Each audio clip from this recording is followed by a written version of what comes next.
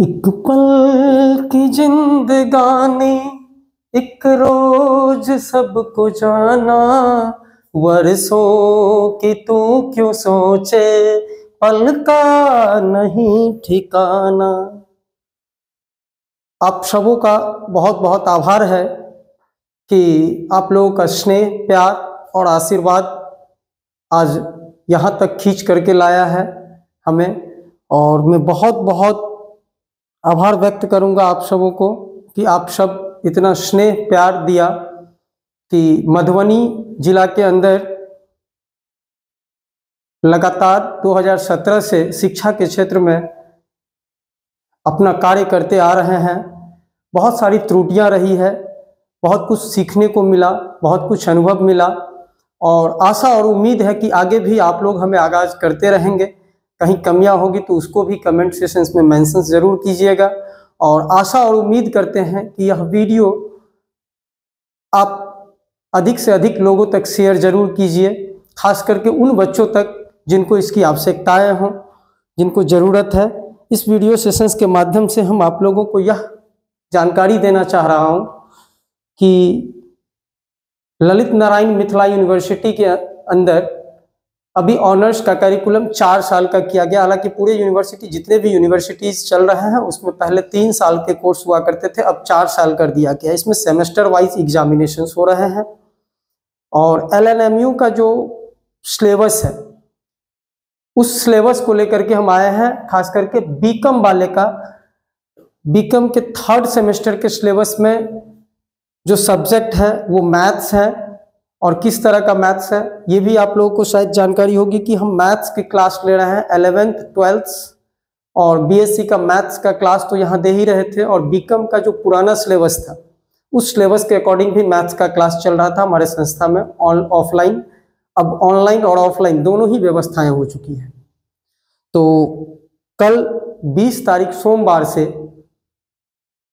BCom 3rd semesters के maths का syllabus हम अपने संस्था पर ऑनलाइन और ऑफलाइन स्टार्ट करने जा रहे हैं। इस ऑनलाइन और ऑफलाइन क्लासेस के माध्यम से 3rd सेमेस्टर का जो सिलेबस है, क्या है सिलेबस, कौन कौन से टॉपिक्स हम कवर करेंगे, उन सभी टॉपिक्स की चर्चा इस वीडियो में करने जा रहे हैं। कौन कौन सा टॉपिक्स है और ये टॉपिक्स केवल 3rd सेमेस्टर्स वाले के लिए ही नहीं, जो CPT इंट्रांस का प्रिपरेशन कर रहा हो या BSc एग्रीकल्चर किसी भी यूनिवर्सिटी से कर रहे हैं तो उसमें भी कुछ टॉपिक्स हैं जो उससे रिलेटेड आ रहे हैं। और जनरल कॉम्पिटिशन्स के टर्म से भी रिलेटेड ये मैथ्स है। तो सारे चैप्टर्स तो नहीं, बट 70% to 80% लगभग सभी से मैच कर रहे हैं जितने कोर्सेज के हमने नाम लिया है। और 100% सिक्योर कर रहे हैं कि बीकॉम वाले का यह पूरा कंप्लीट सिलेबस है। जिस सिलेबस की बात हम कर रहे हैं, बीकॉम 3rd सेमेस्टर्स में जो चर्चा किया गया वहां 2 पेपर्स हैं। और सबसे पहले समझिए कि बीकॉम का जो मेजर सब्जेक्ट होगा, major subject accounting and finance हो या फिर मार्केटिंग से कोई है, तो दोनों के लिए यह सिलेबस है। अकाउंटिंग एंड फिनांस या फिर मार्केटिंग, इसमें 2 पेपर्स होंगे।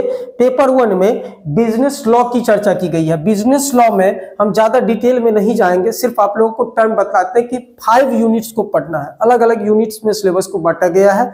यूनिवर्सिटीज ने अलग अलग यूनिट्स बनाए हैं, जिस यूनिट के तहत फर्स्ट यूनिट में फर्स्ट पेपर के लिए कॉन्ट्रैक्ट एक्ट 1872, सेकेंड यूनिट में sale of good act 1930, neglectable act instruct act 1881, Indian companies act 2013। New syllabus में पहले कुछ दूसरा ईयर सेशन था, एक्ट बदल गया है। नया एक्ट अपडेट होने के बाद इसमें एक्ट इंडियन कंपनीज एक्ट 2013 को इस बार पढ़ना है, जो नया है इसमें बिल्कुल सिलेबस में।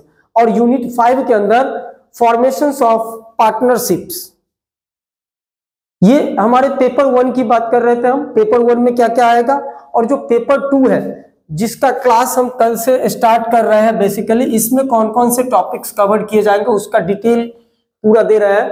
बिजनेस मैथमेटिक्स एंड स्टैटिक्स, इसमें मैथमेटिक्स में जो बिजनेस मैथमेटिक्स होते हैं और साइंस स्ट्रीम में जो मैथ्स पढ़ते हैं उसमें थोड़ा डिफरेंसेस आ जाते हैं।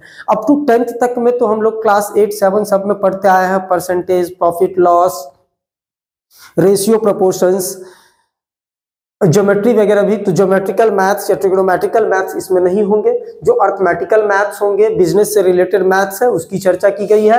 और लास्ट में जो स्टैटिक्स, तो स्टैटिक्स 11th 12th में भी पढ़ाते हैं, लेकिन उस स्टैटिक्स में और इस स्टैटिक्स में थोड़ा सा डिफरेंसेस, कुछ टॉपिक्स को अलग से लिया गया है। स्टैटिक्स वही है, लेकिन यहाँ पर जो क्राइटेरिया है वो थोड़ा चेंज है। तो देखेंगे कि क्या चेंजेस मिलते हैं इसमें। सबसे पहले यूनिट की बात करें तो सबसे पहले यूनिट में अर्थमेटिक प्रोग्रेशंस, जिसको समांतर श्रेणी के रूप में हम लोग पढ़ते हैं, क्लास 10th में भी आप पढ़े होइएगा। और खास करके हम देखे हैं कि अकाउंट वाले बच्चों के साथ बहुत नाइंसाफी होती है। आफ्टर 10th वो जब ऑनर्स में आते हैं, 11th 12th करते हैं, तो 2 साल उनको मैथ से बिल्कुल दूर रखा जाता है। वो मैथ सिलेबस से बिल्कुल साइड हो जाते हैं, तो उनको दिक्कतें आती हैं, सारा कुछ भूल गए होइएगा, ये हम जान सकते हैं। लेकिन ये हम इंश्योर करते हैं कि आपका मैथ्स 0 भी होगा तो अकाउंटिंग का जो मैथ्स है वो हम इंश्योर कर रहे हैं कि आप लोग बेहतर कर लीजिएगा, बेहतर परफॉर्मेंस हो जाएगा। क्योंकि क्लास जब चलेगी तो हम एक एक टॉपिक्स पर चर्चा करेंगे, उसका थ्योरेटिकल कॉन्सेप्ट बतलाएंगे, साथ ही एग्जाम्पल्स लेकर के समझाने का कोशिश करेंगे कि कैसे क्वेश्चंस को सॉल्व करते हैं। और लास्ट में क्लास सेशंस जब हमारा कंप्लीट होगा तो फाइनल एग्जाम में जो क्वेश्चंस आते हैं, किस तरह के क्वेश्चंस आते हैं, कैसे उसको सॉल्व करना, उस स्टेज पर हम लोग लास्ट में चलेंगे। पहले क्या करेंगे, तो पहले टॉपिक्स क्या क्या है, टॉपिक के बारे में डिटेल में समझेंगे, उसकी बेसिक लेवल को पहले स्ट्रॉन्ग करेंगे, क्या क्या करना है, क्या समझना है, नहीं है, उसके एक एक एग्जाम्पल्स को देखेंगे। फिर हम लोग एग्जाम का प्रिपरेशन करेंगे। पहले ही एग्जाम का टारगेट नहीं करना है, पहले चैप्टर समझना है, फिर एग्जाम के क्वेश्चंस पैटर्न्स को देखना है कि किस तरह का क्वेश्चंस आता है। निश्चित है कि इस तरह से यदि आप स्ट्रेटजी तैयार करके चलते हैं तो आपका सिलेबस टाइम पर और बेहतर ढंग से 100% प्रिपरेशन के साथ कंप्लीट होगा। तो अर्थमेटिक प्रोग्रेशंस है पहले यूनिट्स में, जिस अर्थमेटिक प्रोग्रेशंस के अंदर हमें to find the general terms, sum of terms and mean of the arithmetical progressions. दूसरा ज्योमेट्रिकल प्रोग्रेशंस, तो हम लोग क्लास 10 में क्या बोले थे कि अर्थमेटिक प्रोग्रेशंस पढ़े थे, ज्योमेट्रिकल प्रोग्रेशंस नहीं पढ़े थे। क्लास 11th में ज्योमेट्रिकल प्रोग्रेशंस के बारे में कुछ पढ़ने को मिलता है साइंस वाले को। तो खैर यहाँ पर हम लोग डायरेक्ट बिकम 3rd सेमेस्टर में पढ़ेंगे तो समझ में आ जाएगी। ज्योमेट्रिकल प्रोग्रेशंस में to find the general terms, sum of finite series और इनफाइनाइट टर्म्स तक के को हम कैसे सम करके फाइंड आउट कर सकते हैं। Harmonic progressions to find the general terms and उसका मीन्स फाइंड आउट करना। जितना टॉपिक्स इसमें मेंशन है सिर्फ उतना ही टॉपिक्स पढ़ना है बीकॉम वाले को 3rd सेमेस्टर्स के लिए। और इस क्लास ड्यूरेशंस में हम एक्स्ट्रा टॉपिक में जाएंगे भी नहीं। यदि कोई एक्स्ट्रा टॉपिक इन्हीं को पढ़ना होता तो वो पर्सनली कांटेक्ट कर सकते हैं, अलग से क्लास प्रोवाइड करवा दिया जाएगा। नेक्स्ट सेकंड यूनिट है हमारा, जिस सेकंड यूनिट का जो टॉपिक है वो शायद आप लोगों को अकाउंट जो पढ़े हैं 11 12 में वहां भी कुछ कुछ चीज पढ़ने को मिला होगा। सिंपल इंटरेस्ट फाइंड करना, compound interest, profit and loss, percentage, stock and share, ये थोड़ा नया है। स्टॉक एंड शेयर मार्केट के बारे में भी आजकल देखते हैं कि बच्चों को मोबाइल पर ज्यादा जो है सो स्टॉक वगैरह से इंटरेस्टेड होते हैं, लेकिन जानकारियां रहती नहीं है और पैसा अपना बर्बाद कर लेते हैं। तो यहाँ बहुत ही अच्छी चीज सीखने को मिलेगी स्टॉक एंड शेयर्स में, कि स्टॉक एंड शेयर में हम अपना इन्वेस्टमेंट कैसे करें, कैसे बेनिफिट कर सकते हैं। इन चीजों को भी हम चर्चा करेंगे क्लास के ड्यूरेशंस में। दूसरा discount, percent value, ratio and proportions. इसमें से जो कुछ टॉपिक्स है, simple interest, compound interest, loss, percent, profit and loss, percentage, discount, percent value, ratio and proportions, ये सब हमारे जनरल कॉम्पिटिटिव एग्जामिनेशंस में जब आप बैठते हैं किसी तरह के, तो वहां भी यूजफुल हो रहे हैं ये टॉपिक्स। नेक्स्ट यूनिट 3 में meaning, scope and importance of statics. Semesters वाले का जो सबसे इंपॉर्टेंट सेक्शन है यूनिट 3, 4 एंड 5 में, जो स्टैटिक्स से ही रिलेटेड है बिल्कुल। ये पूरा कंप्लीटली नया, मतलब अलग से पढ़ना होगा एक चीज में। तो स्टैटिक्स का मीनिंग क्या होता है, उसका स्कोप क्या है, उसकी इंपॉर्टेंसी क्या है, लिमिटेशंस ऑफ स्टैटिक्स, और फिर आगे चलेंगे डाटा पर। उसी में स्टैटिक्स में ही डाटा कलेक्शंस के बारे में, डाटा को कलेक्ट कैसे करते हैं, टाइप्स ऑफ डाटा कौन कौन से होते हैं, रो डाटा क्या होता है, इसमें आगे पढ़ने को मिलेगा। टाइप्स ऑफ डाटा में रो डाटा क्या होते हैं नहीं, और इनडायरेक्ट डाटा कैसे हम कलेक्ट करते हैं। फिर है कलेक्शन ऑफ डाटा, क्लासिफिकेशंस, उसका टैबुलेशंस ऑफ डाटा, कैसे टैबुलेट करें, टेबल तैयार करेंगे। फिर है diagrammatical and graphical representation of data भी इसमें इंक्लूड कर दिया गया है। ग्राफिकल रिप्रेजेंटेशंस पहले के सेमेस्टर्स में जब हम लोग ऑनर्स 3 साल का हुआ करता था तो उसमें ग्राफिकल रिप्रेजेंटेशंस नहीं थे, डायग्रामेटिकल रिप्रेजेंटेशंस नहीं था। इसमें हम लोगों को नए सिलेबस के अकॉर्डिंग थोड़ा एक्स्ट्रा में इस चीज को पढ़ना है। और आगे चले तो नेक्स्ट यूनिट 4 में मेजरमेंट ऑफ सेंट्रल टेंडेंसी, जो डाटा से रिलेटेड ही है, स्टैटिक से रिलेटेड ही है। इसमें एक तरह से हम लोग एवरेज पढ़ना सीखे थे, मीन मीडियन मोड पढ़े थे। तो सेंट्रल टेंडेंसी के अंदर क्या क्या आएगा, calculation of mean median mode. Mean find out करने के भी अलग अलग मेथड्स हैं, सभी मेथड्स को मीडियन फाइंड करना, मोड फाइंड करना।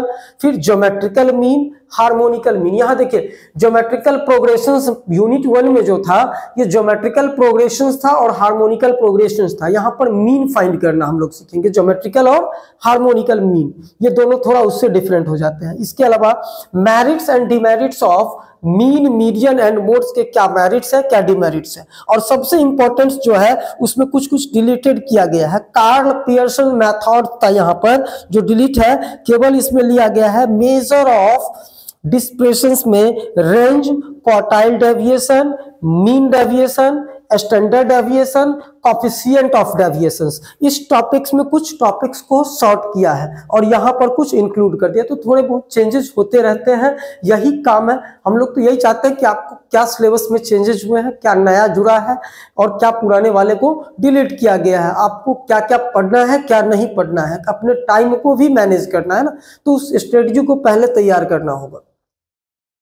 और लास्ट यूनिट हमारा है एक यूनिट 5 में, जिससे ज्यादा क्वेश्चंस तो नहीं रहते हैं, 3 से 4 मार्क्स का क्वेश्चंस आएगा। फिर भी टॉपिक्स है इंडेक्स नंबर, मीनिंग उसका, types and use. Index number क्या होते हैं, उसका मीनिंग क्या है, टाइप्स क्या है, यूजेस क्या है।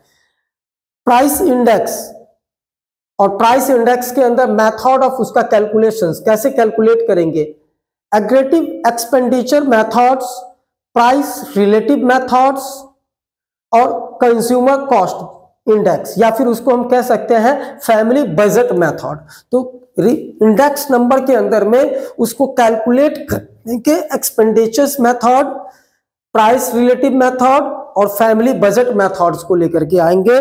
कल से वीडियो सेशंस, कल से जो है सो 3rd सेमेस्टर्स वाले का बैचेस स्टार्ट हो रहे हैं और उसमें मैथ्स के साथ साथ यहाँ पर बिजनेस लॉ की भी क्लासेस चलेंगे, जो हमारे छोटू सर के द्वारा लिया जाएगा। तो आप सेंटर से, संस्था से जुड़ सकते हैं और हम आशा करते हैं कि आप इस वीडियो को अधिक से अधिक लोगों तक शेयर करें, ताकि जिनको ज़रूरत होगी उन तक जानकारियाँ पहुँच जाए और उनको हम लोग यह कोर्स प्रोवाइड करवाने का कोशिश पूरा करेंगे। धन्यवाद। इन्हीं शब्दों के साथ